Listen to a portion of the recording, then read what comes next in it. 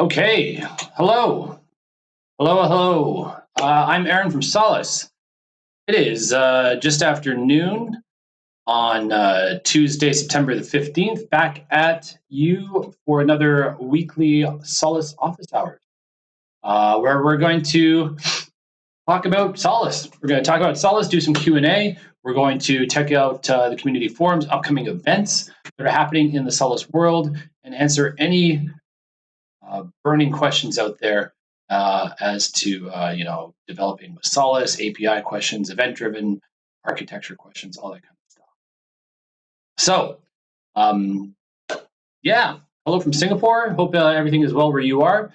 Sorry, I'm a bit late. I was trying to get some stuff sorted out. Let's kick things off. Right. So, to head over to Solace community, I guess in terms of updates, what's happening tomorrow? Tomorrow morning, 9 a.m. Singapore time, I'm actually going to be giving a talk at API Days Melbourne. We're having there's an online virtual conference. It's happening right now. It's actually on today and tomorrow. So if you are a developer, APIs, want to know everything about REST, about authentication, security, and my talk is going to be on event-driven APIs. Be sure to check out that conference, apidays.co, for everything. It's free to sign up. Go check it out. It's awesome. So that's tomorrow, and then also tomorrow, I guess actually in Singapore time it'll be Thursday.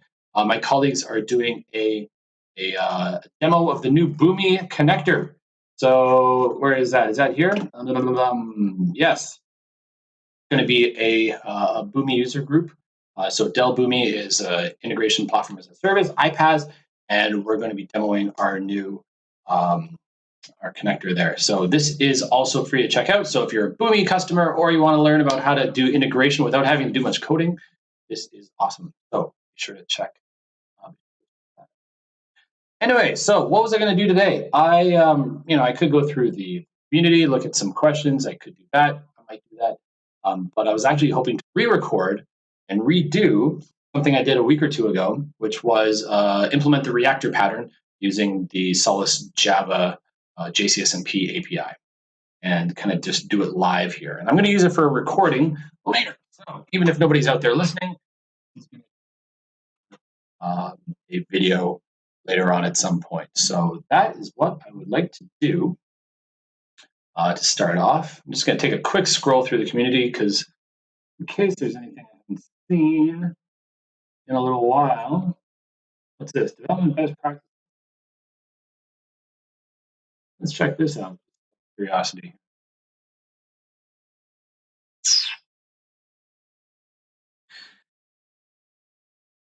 All right. So Swami, brand new member, asks, what are the best practices in Solace development, except naming queues and topics? What are the restrictions, recommendations to be followed? How does failover take place? Share some information. All right. That is some broad questions right there for sure. Tom comes back and says, most important best practice is topic taxonomy. Correct, right? Designing your topic hierarchy, because your topic hierarchy is essentially your kind of like your API REST, contract templates. All the different messages, all the different data that are being shared around between your event-driven applications are using topics to be doing that. So you want to make sure that your topic design is correct, is well thought out. And so we have quite a few guidelines on how to do that. What else? Keep your session open. That's a very good one, and it's not something that our own samples show you how to do. So don't just connect, send one message, and then disconnect. You want to connect, keep your connection open for the lifetime of the application, only kind of terminating your connection when you're offline. Think of connecting to Solace as connecting to the network, right? So you don't continually shut down and restart your internet, your NIC, your network adapter. You connect to the network, you connect to your Wi-Fi, and you're always online. You're online so that data can be sent to your laptop at any time. Same with Solace, right? Same with think of it as it is a network connection. You want to be online all the time so that you can always be ready to publish or receive data at a moment's notice. What else? Failover is automatically handled by a broker. That is correct. That is HA. So we're talking about like broker to broker failover. So your broker is configured in production as an HA pair, a high availability pair. The API will automatically manage that failover automatically for you. There are some reconnection attempts in the session properties that you might need to extend. I think the defaults are 3, but in my opinion, I think that's not long enough. You need to have them be quite a bit longer, just in case something goes wrong with the failover, and it takes a little bit longer than 10 seconds. Typically, it takes 15 to 20 seconds, but you always want to add a little bit of extra time just in case anything goes wrong. So changing some of your reconnection settings is always a good thing. What else? Solace development practice accept naming queues and topics. I don't quite get this, but queue naming, I don't really have much of a best practice on queue naming, other than I try to say, from an ops perspective, from an admin perspective, when your hey cat's here. If your queue starts to fill up, you get an alert saying a particular queue is filling up. Almost always, it's because the consumer that's supposed to be attached to that queue or draining that queue, there's something wrong with that application is having trouble. It's either frozen or it's going too slow or it's disconnected. And so naming the queue after or in relation to the application that is supposed to be consuming it is generally a very good idea in the sense that when you get an alert for the particular queue name, in the queue name, it'll tell you kind of which application is responsible for that particular queue. So queues kind of belong to the consumer, right? They're very much a consumer-oriented object in Solace. They're the always online mailbox or storage endpoint for a consumer or a group of consumers. So naming your queue after the type of data that's in it might not necessarily be as useful as naming it after the queue that is for the application. So that's one of my tips on naming queues. Naming topics, check out the topic taxonomy there. Best practices on Solace development. We do have some best practices, I thought. So for some more detail here, let me show you one really good reference. So if you head over to our documentation portal at docs.solace.com, click on Docs at a Glance. This is a really good developer resource that is a little bit buried. Unless you know where to go and look for it, you might not find it.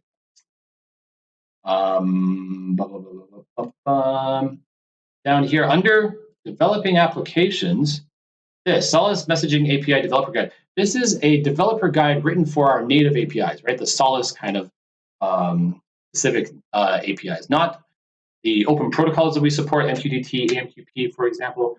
This is for our Java, JavaScript, .NET, C APIs that support native protocol. And down at the bottom here, API best practices, there are some kind of detailed level best practices. But these are only the kind of like once you've done all the other stuff and learned all the other stuff through the rest of the document. So this is kind of like much more detailed things like tuning or really large scale guaranteed messaging. If you have lots of flows, for example, things to check out. Threading, but there's all sorts of information on threading and whatnot covered throughout the rest of the document. So the development guide is a really good place to start, kind of skim through, read through, kind of get an overall view on how Solace APIs. Let me just click on this receiving. Let me just to verify. I'm wondering.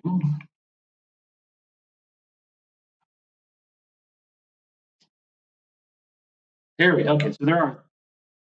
They do so how auto act. This is what Tom was referring to, right? In terms of best practices, Tom is saying don't use auto act. Call the acknowledgement explicitly, and only once you finish with the message. So that's what we're looking for. So inside your acknowledgement mode, you typically we recommend setting it to client act, which means that the client, you, the application, are responsible for actually calling acknowledge on each and every message to say that you've actually finished processing it. So, if you're processing messages one at a time, every time in your callback, you receive a message, you can acknowledge it right there. Or if you need to do more, batch-oriented operations with your messages, perhaps you are writing them into a downstream database. You want to not write each message individually, then you might need to, buffer them temporarily.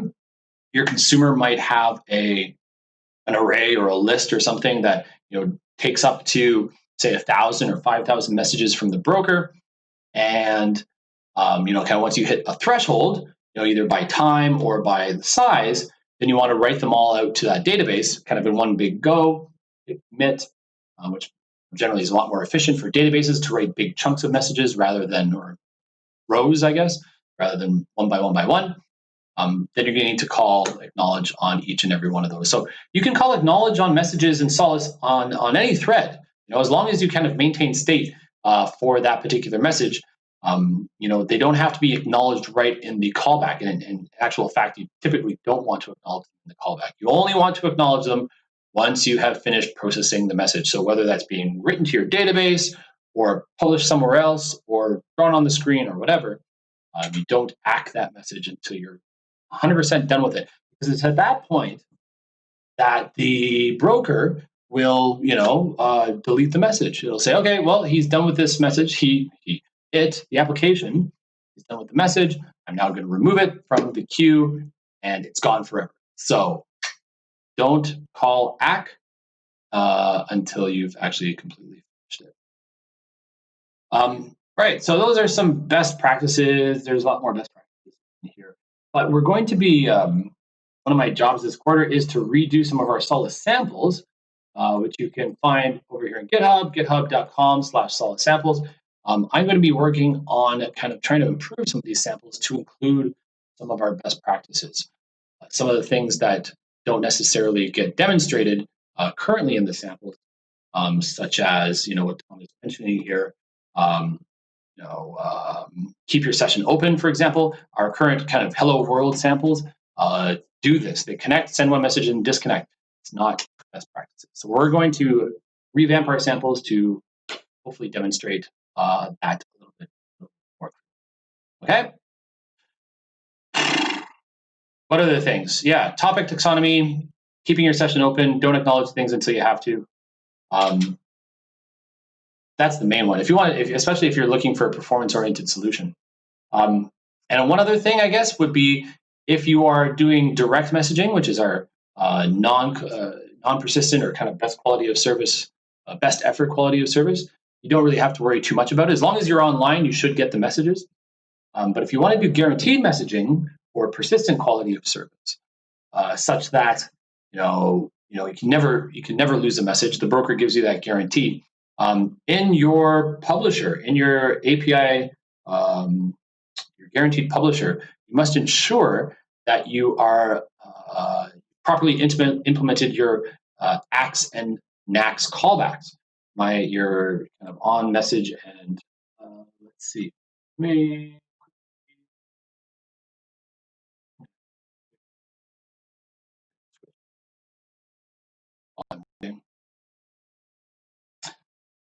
Basically, every time you publish a persistent message into Solace, the broker will asynchronously send you an OK, an ACK, or an exception, NACK, to say whether that message was successfully stored on the broker. In .NET, I believe it's like a rejected. Let's see, take a look here. It'll be actually our best practices doc.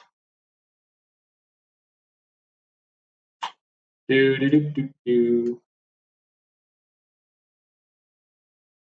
right, so this is when you're posting guaranteed messages, when you're posting topic. Solace best practices are to publish directly to topic. So this is something else that you need to, even if you're doing guaranteed messaging, and perhaps you're used to JMS kind of background, publishing to queues or publishing to topics are kind of what's the word? They're similar, queues and topics. In Solace, queues and topics are very different. Queues are persistent storage endpoints. Topics are hierarchical, lightweight, unique for each message. these are not configured. So our best practices, especially to support proper event-driven architectures, is even for persistent messaging, so a persistent publisher, a persistent client, consumer, is to publish on topics and then use our topic to queue mapping or bridging feature inside the broker to then map topics to queue endpoints. Even though we support topic endpoints, again, that's kind of a JMS only thing. Our best practices are topics publishing onto queues inside them. I want to see. All right, so every time you publish, you get an acknowledgement, which the API will then pass back to the publication. Yeah, here we are. So in .NET, yeah, you get these session events. You get an acknowledgement or a rejected error on a session event for your publisher. In Java, there are two callbacks that are. You don't get an event, you get two callbacks. Handle error X, response received X. So this is your acknowledgement. Is everything fine? Inside the samples, the best place to see how this is actually implemented is this one, confirm to publish. This code will walk you through exactly how to build a correlating event handler so that every time you publish a message, you build this little correlating object so that when the API says yay or nay for a particular published message, it will correlate to see this. Now, if you get a knack, what do you do? How do you do error handling? What does a knack actually mean? You can get a knack if your ACLs are misconfigured. Perhaps the publishing client is not authorized to publish. You can get a knack if you're publishing a queue and that queue does not exist.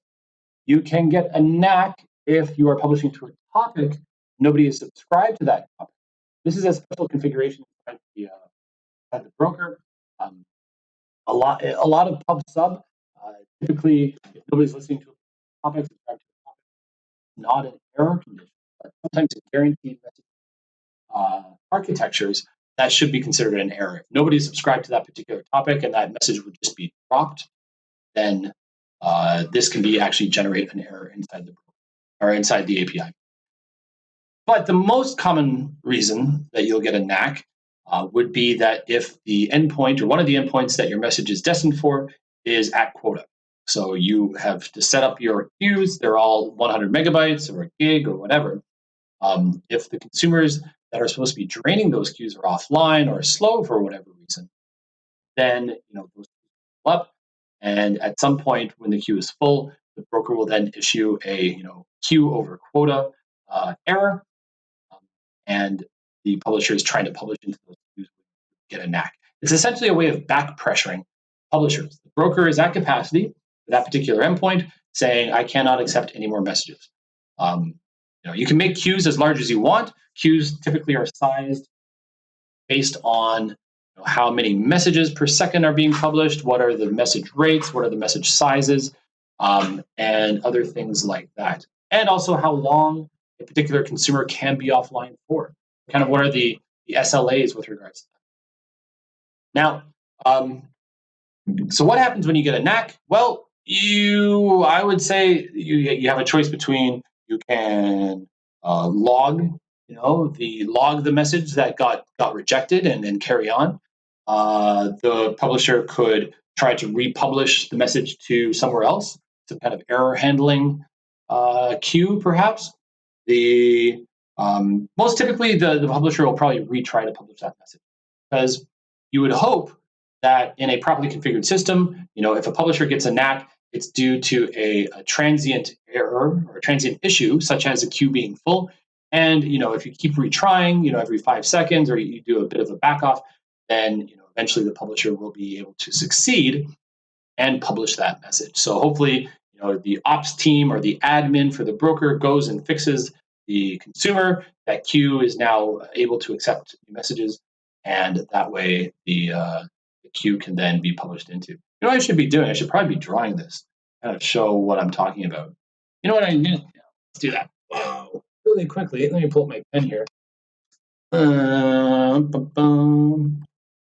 Switch to this. Oh gosh, it's dirty.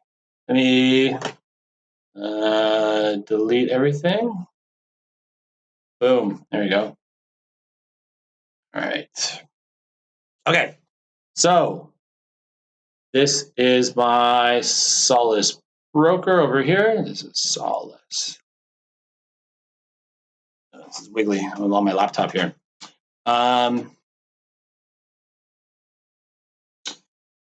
Okay, so here's my publisher, right? And he is publishing messages, he or she. And these acknowledgments, this is X, say X, and X being sent back. And there'll be callbacks inside the publisher to say that these are happening. So as he's publishing these messages, there'll be queues configured inside here that these messages are getting into.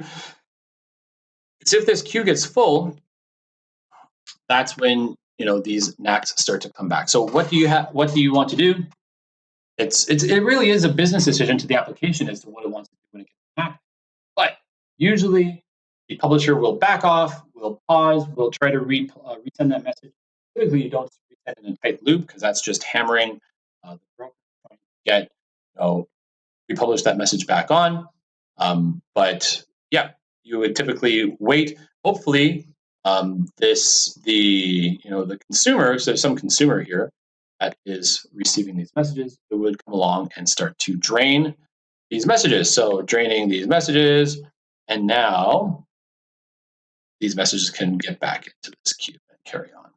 So that is kind of how on the publishing side for instant messaging that works in Solace. So these ACKs and NACKs are coming on some kind of callback.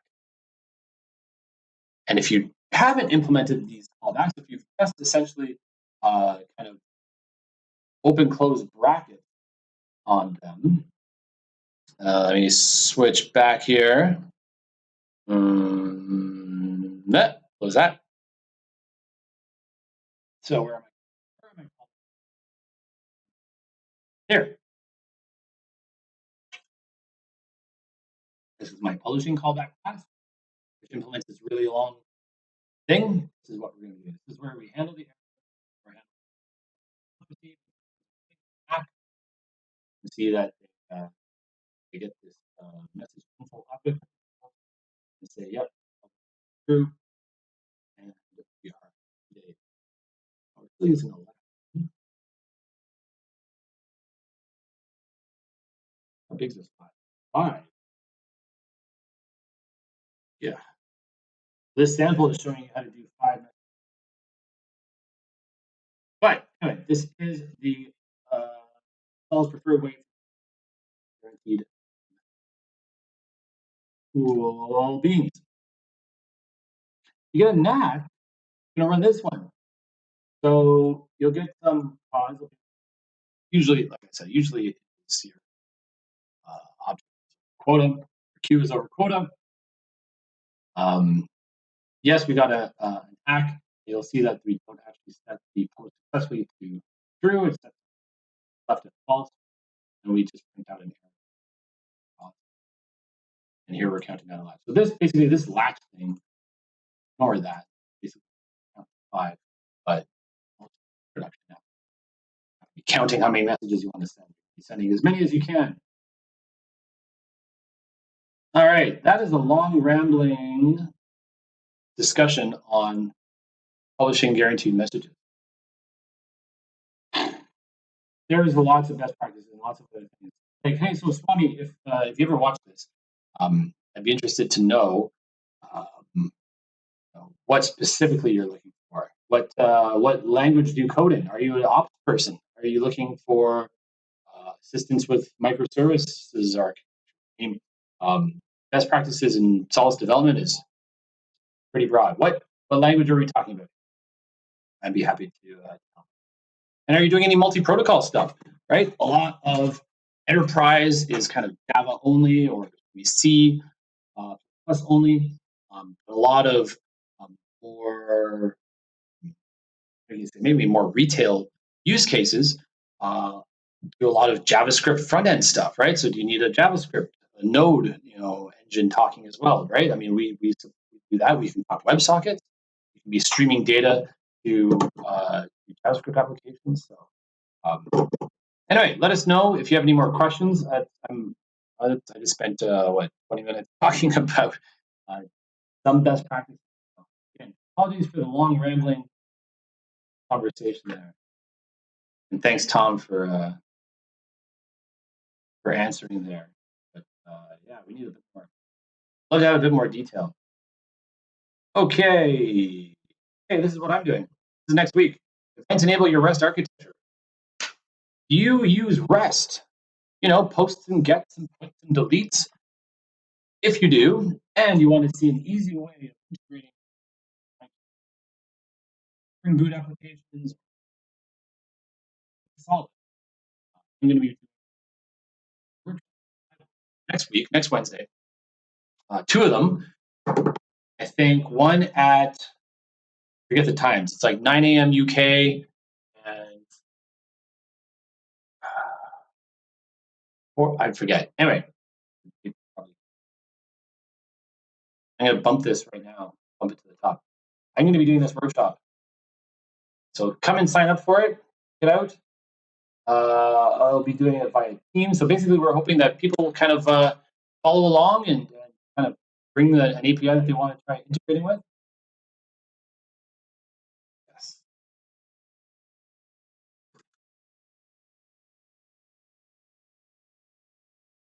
I'll bump this later.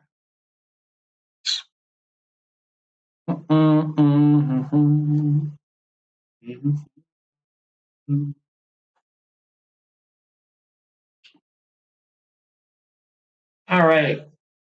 Now, I'm trying to. I want to do this reactor pattern. I want to do this reactor pattern that I wanted to do last week. What do you think, Kat?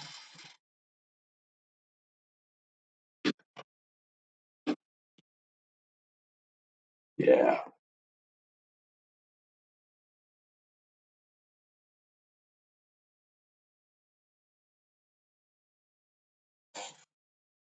I don't like this. I don't know why it's doing that.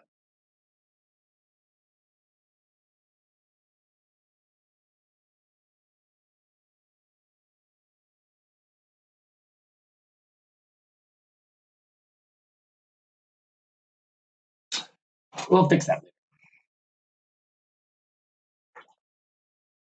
later. Okay. Oh, you know what? I have a feeling I forgot to set this to 720, didn't I? Yeah. Sorry, Twitch. You are at the wrong resolution. Not that it really matters that much, I don't think, but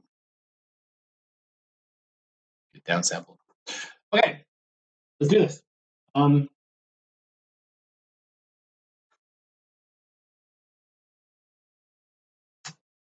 First, I'm going to delete all of that. Then,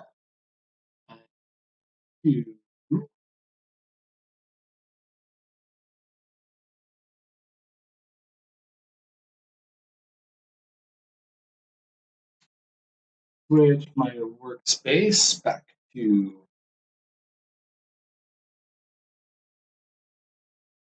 go back here.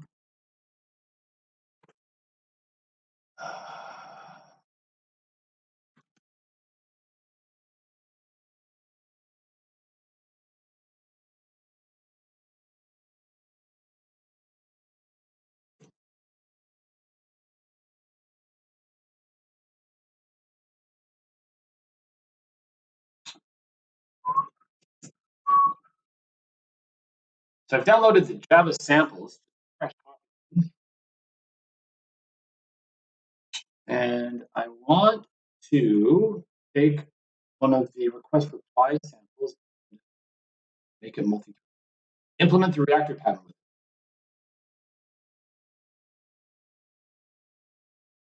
It's going to need a little bit of setup.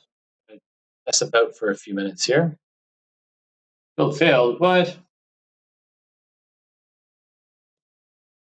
makes I don't know what it's freaking called. Ah, come on. Lean eclipse. Hey, you might say, what is the reactive pattern? I'm going to show you how it is.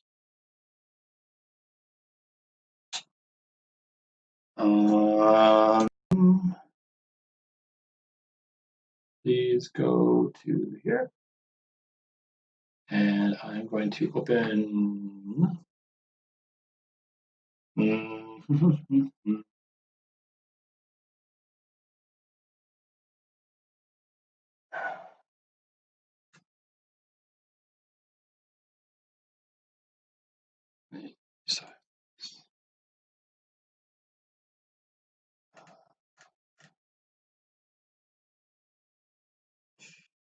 Sure.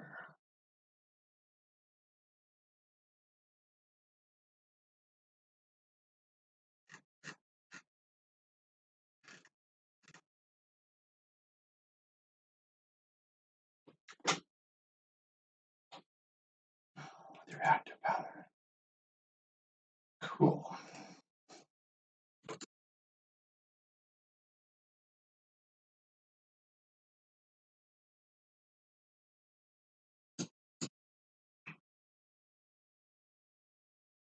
Okay. Now, I just tried this just before I started broadcasting, and it didn't work. Not thrilled why. So I'm going to try this again. Gradle W. Actually, before I do that,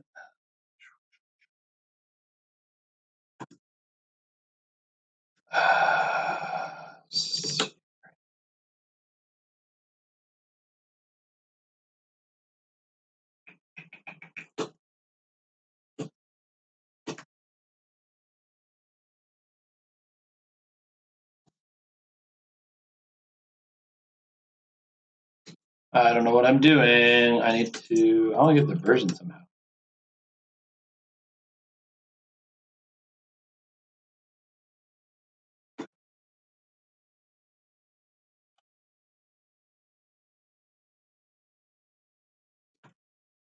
Can I do that? Okay. I guess I cannot.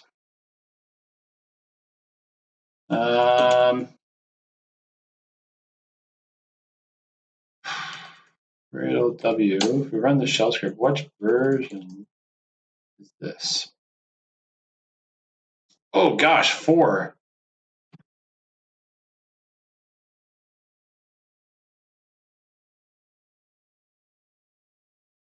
Wow, that's old, man.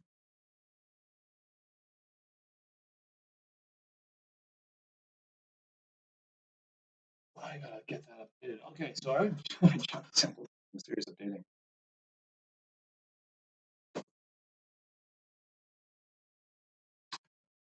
What version do I have?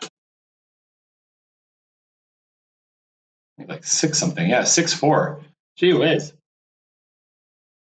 4.10. Yeah. Yeah, that's why it's having problems installing things. All right. Do I have Gradle installed? No, I don't.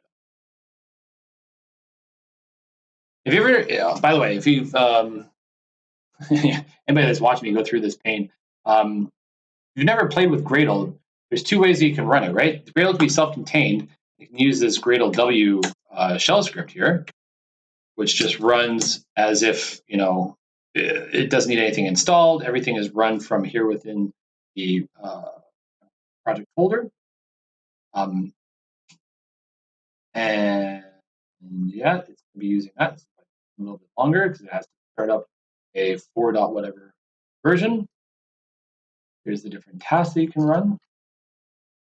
But if you have Gradle installed, which I do on my WSL, then you can just use that instead. Use the same build file, which is kind of neat. So you can kind of build it with,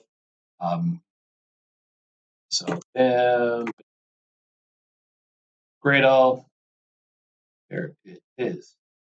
Now. Problem that I'm having is why did this not work? So let's try that again. So gradlew.bat. Let's do assemble just to make sure that it actually can compile. Because I'm on Windows, I could use either the Linux shell script or the Windows batch file. But when I build there's also a task for creating Eclipse project files. One of the tasks here, you can see it here. You can build Eclipse files, or you can build IDEA project files as well, different IDEs. So you can then import it. But if I build the Eclipse files using Linux here in my USL, then all the paths are wrong. All the paths are looking like Linux paths, like rather than C:\\. So when I run Eclipse in my Windows environment, okay, so now dir/od type.project. There we go. So it's built myself type.class path. See, all the class paths are correct now. C:\, blah, blah, blah, blah. Okay. So now if we go into Eclipse, WD doesn't work. Now we go into Eclipse. Now we're going to import Gradle, existing Gradle. Next. Boop. Browse. Browse documents. GitHub.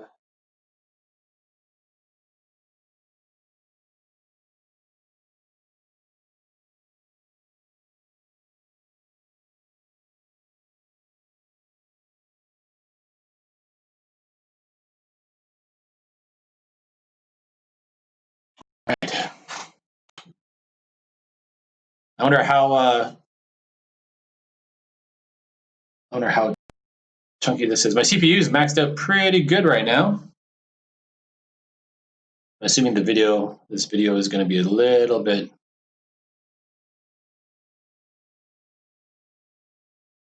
chunky. There we go.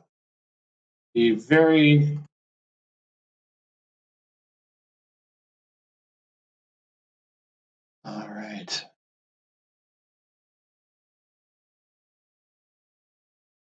The very current version of the Solace samples won't be around for too much longer. We're going to be looking at the requester.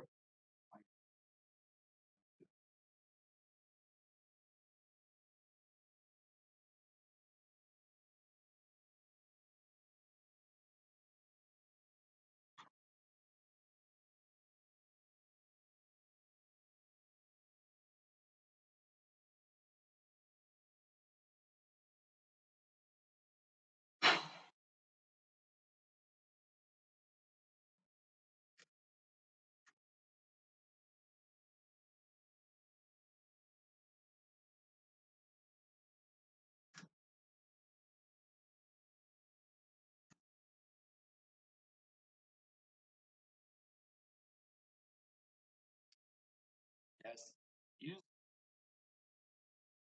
a requester object.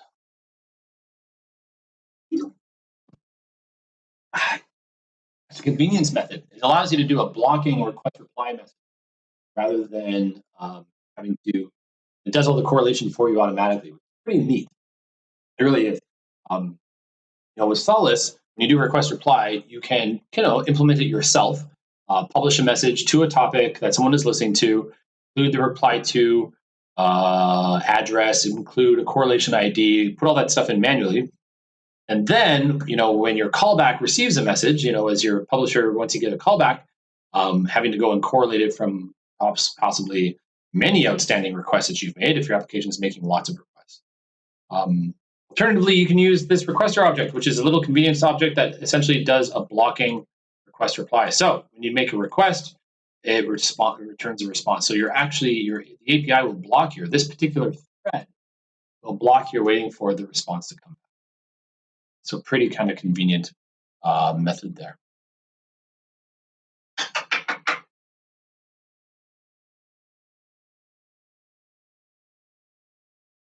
You know what? I'm going to actually record this locally rather than stream it onto Twitch because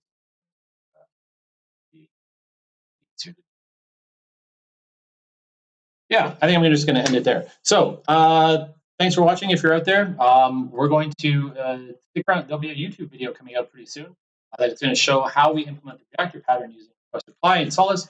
And it's going to be based on this